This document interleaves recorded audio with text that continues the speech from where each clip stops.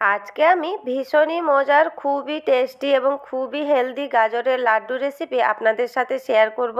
গাজর দিয়ে আমরা নানান ধরনের রেসিপি বানিয়ে থাকি, তবে এইভাবে গাজর দিয়ে একবার লাড্ডু বানিয়ে দেখবেন বন্ধুরা। এই লাড্ডু খেতে কিন্তু ভীষণই স্বাদের হয়, কেউ বুঝতেই পারবে না আপনি এটি গাজর দিয়ে বানিয়েছেন। তবে চলুন দেখে নিই আজকের আমার এই রেসিপিটি। নমস্কার বন্ধুরা, আমি পুষ্পিতার রান্নাঘরে আপনাদের সবাইকে স্বাগত। গাজরের এই হেলদি লাড্ডুর জন্য এখানে আমি দুটো গাজর নিয়েছি। বড় একটা ছোট করে গাজরকে আমি আগে থেকেই ছাড়িয়ে পরিষ্কার করে রেখেছি। এই শীতে এইভাবে লাল লাল গাজর শেষ হওয়ার আগে এইভাবে একবার লাড্ডু বানিয়ে দেখবেন বন্ধুরা। এই লাড্ডুগুলো খেতে কিন্তু ভীষণই স্বাদের হয়। গাজরগুলোকে আমি ছোট ছোট টুকরো করে কেটে একটা গ্রাইন্ডিং জারে দিয়ে দিলাম। আর গাজরগুলোকে গ্রাইন্ডিং করার জন্য এখানে আমি 1 কাপ দুধ নিয়েছি। দুধটাকে আগে থেকেই জাল দিয়ে ঠান্ডা করে নিয়েছি। তবে দুধটাকে একেবারে না দিয়ে অল্প অল্প করে দিয়ে একটা ফাইন পেস্ট করে নিব। এখানে দেখুন 1 কাপ দুধ দিয়ে আমি গাজরটাকে খুবই মিহি করে পেস্ট করে নিয়েছি, একটুও দানা নেই। এইভাবেই মিহি করে পেস্ট করে নিতে হবে। এদিকে একটা কড়াইতে আমি 1.5 কাপ মতন জাল দেওয়া দুধ নিয়েছি। ওই দুধে দিয়ে দিব 1/2 কাপ মতন গুঁড়া দুধ। এখানে কিন্তু গ্যাসটা আমি অন করিনি। আগে গুঁড়া দুধটাকে দুধের সাথে খুব ভালোভাবে মিশিয়ে নিতে হবে যাতে কোনো দেলা না থাকে।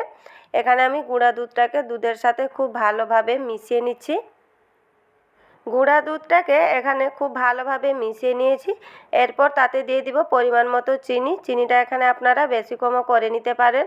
এরপর গ্যাসের চুলা অন করে চিনিটাকে দুধের সাথে নাড়াচাড়া করে খুব ভালোভাবে মিশিয়ে দুধটাকে ফুটিয়ে ঘন করে নিতে হবে। এখানে দেখুন ধীরে ধীরে দুধটা ফুটে ঠিক এইভাবে ঘন হয়ে আসবে। যেভাবে আমরা সন্দেশ বানাই ঠিক সেইভাবেই দুধটাকে শুকিয়ে পুরো ঘন করে নিতে হবে। আর এখানে দেখুন ধীরে ধীরে কন্টিনিউ এইভাবে নাড়াচাড়া করে মিশ্রণটাকে ঠিক এইভাবেই শুকিয়ে ঘন করে নিতে হবে।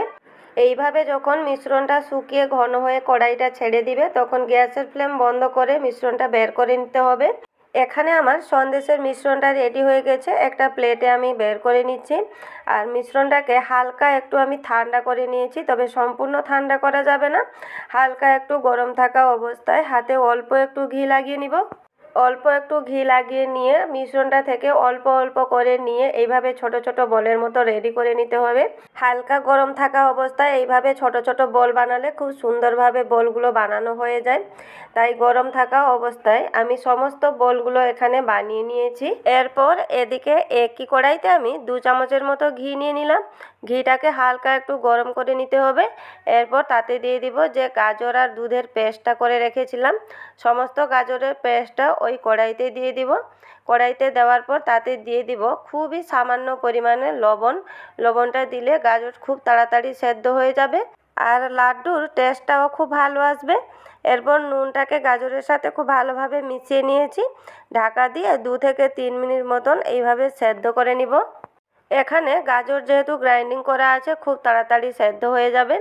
2 থেকে 3 মিনিট পর দেখুন গাজর থেকে সমস্ত জল বেরিয়ে এসছে। এইভাবে লো ফ্লেমে নাড়াচাড়া করে গাজর থেকে সমস্ত জলটা শুকিয়ে নিতে হবে। যখনই এইভাবে গাজর থেকে সমস্ত জলটা শুকিয়ে যাবে তাতে দিয়ে দেব পরিমাণ মতো চিনি। চিনিটা এখানে আপনারা বুঝে দিবেন, কতটা মিষ্টি খেতে চান ওইভাবেই আপনারা চিনিটা দিবেন। এখানে চিনিটাকেও গাজরের সাথে খুব ভালোভাবে মিশিয়ে নিচ্ছি। আর চিনিটাকে গাজরের সাথে মিশিয়ে নেওয়ার পর দেখুন গাজর আবারও একটু পাতলা হয়ে গেছে, কারণ চিনিটা গলে গিয়ে চিনি থেকে জল বেরিয়ে এসছে। এখানে আবারও কিছুক্ষণ নাড়াচাড়া করে চিনির জলটা গাজর থেকে শুকিয়ে নিতে হবে। এর ফলে গাজরের লাড্ডুগুলো বানাতে সুবিধা হবে আর টেস্টটাও খুব ভালো আসবে, একটা পাকও খুব ভালো হবে। আরও একটু লাড্ডুর স্বাদ বাড়ানোর জন্য এখানে বড় 3 চামচের মতো গুঁড়া দুধ নিয়েছি।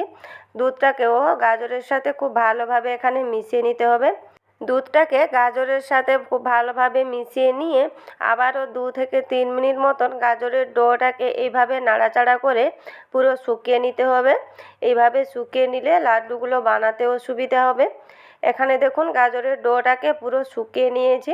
লাড্ডুর জন্য গাজরের ডোটা সম্পূর্ণ রেডি হয়ে গেছে। এরপর একটা প্লেটে আমি বের করে নিব। গাজরের ডোটাকে একটা প্লেটে আমি বের করে একটু ঠান্ডা করে নিব, তবে সম্পূর্ণ ঠান্ডা করা যাবে না। হালকা একটু গরম থাকা অবস্থায় লাড্ডুগুলো বানিয়ে নিতে হবে। এখানে দেখুন গাজরের ডোটা কিন্তু সম্পূর্ণ ঠান্ডা হয়নি, হালকা একটু গরম থাকা অবস্থায় হাতে আমি অল্প একটু ঘি লাগিয়ে নিলাম। এরপর পরিমাণ মতো গাজরের ডো হাতের তালুতে নিয়ে এইভাবে একটু গোল করে চ্যাপ্টা করে নিচ্ছি। এরপর আগে থেকে যে সন্দেশের বল বানিয়ে রেখেছিলাম তা থেকে একটা করে বল নিয়ে মাঝখানে দিয়ে একটু ঘুরিয়ে লাড্ডুর মতো গোল করে বানিয়ে নিতে হবে। এখানে দেখুন এইভাবে ঘুরিয়ে একটা লাড্ডু আমি খুব সহজেই বানিয়ে নিয়েছি। আর এই গাজরের লাড্ডুগুলো বানানোর সময় দেখুন একটুও ফেটে যাবে না, খুব সহজভাবেই লাড্ডুগুলো বানিয়ে ফেলা যাবে। আর একটু দেখতে ভালো লাগার জন্য বা একটু আকর্ষণীয় করার জন্য এখানে আমি নিয়েছি কিছু নারকেলের গুঁড়ার উপর লাড্ডুগুলোকে একটু ঘুরিয়ে নিচ্ছি। ফলে লাড্ডুগুলো দেখতে খুবই আকর্ষণীয় হবে, তবে এটা সম্পূর্ণ অপশনাল। একইভাবে এখানে আবারও একটা লাড্ডু বানিয়ে দেখিয়ে দিচ্ছি। তাই পরিমাণ মতো গাজরের ডো হাতের তালুতে নিয়ে এভাবে একটু চ্যাপ্টা করে যে আগে থেকে সন্দেশের বল বানিয়ে রেখেছিলাম একটা করে বল মাঝখানে দিয়ে এইভাবে ঘুরিয়ে লাড্ডুটা বানিয়ে নিতে হবে। আর এই লাড্ডুগুলো বানানোর সময় কোনো অসুবিধা হবে না, খুব সুন্দরভাবে লাড্ডুগুলো বানানো হয়ে যাবে আর যে কেউ খুব সহজেই বানিয়ে ফেলতে পারবে। এখানে দেখুন একে একে আমি পরপর লাড্ডুগুলো খুব সহজেই বানিয়ে নিয়েছি। আর লাড্ডুগুলোকে দেখতে দেখুন কতটা সুন্দর লাগছে। অপর থেকে আমি একটু পিস্তা বাদাম দিয়ে সাজিয়ে নিচ্ছি যাতে দেখতে ভালো লাগে, এটা সম্পূর্ণ অপশনাল। এখানে দেখুন বন্ধুরা আমার সমস্ত লাড্ডুগুলো বানানো হয়ে গেছে। আর লাড্ডুগুলো বানিয়ে নেওয়ার পর দেখুন দেখতে কতটা সুন্দর লাগছে। যখনই মিষ্টি খেতে মন চাইবে এইভাবে গাজর দিয়ে খুব কম সময়ের মধ্যে লাড্ডুগুলো বানিয়ে নিতে পারেন। এমনকি অতিথি আপ্যায়নেও এই লাড্ডুগুলো খুব সুন্দরভাবে বানিয়ে ফেলা যায়। আর একটা আমি কেটেও দেখিয়ে দিচ্ছি, দেখুন ভেতরে কতটা সুন্দর লাগছে। আজকের আমার এই গাজরের লাড্ডু রেসিপিটি কেমন লাগলো কমেন্ট বক্সে অবশ্যই জানাবেন। যদি ভালো লেগে থাকে তাহলে ইউটিউব থেকে দেখলে চ্যানেলটিকে সাবস্ক্রাইব করে পাশে থাকবেন, আর ফেসবুক থেকে দেখলে পেজটিকে ফলো করে দেওয়ার অনুরোধ রইল। নমস্কার বন্ধুরা, আজকের মতো এই পর্যন্তই। ভালো থাকবেন, সুস্থ থাকবেন।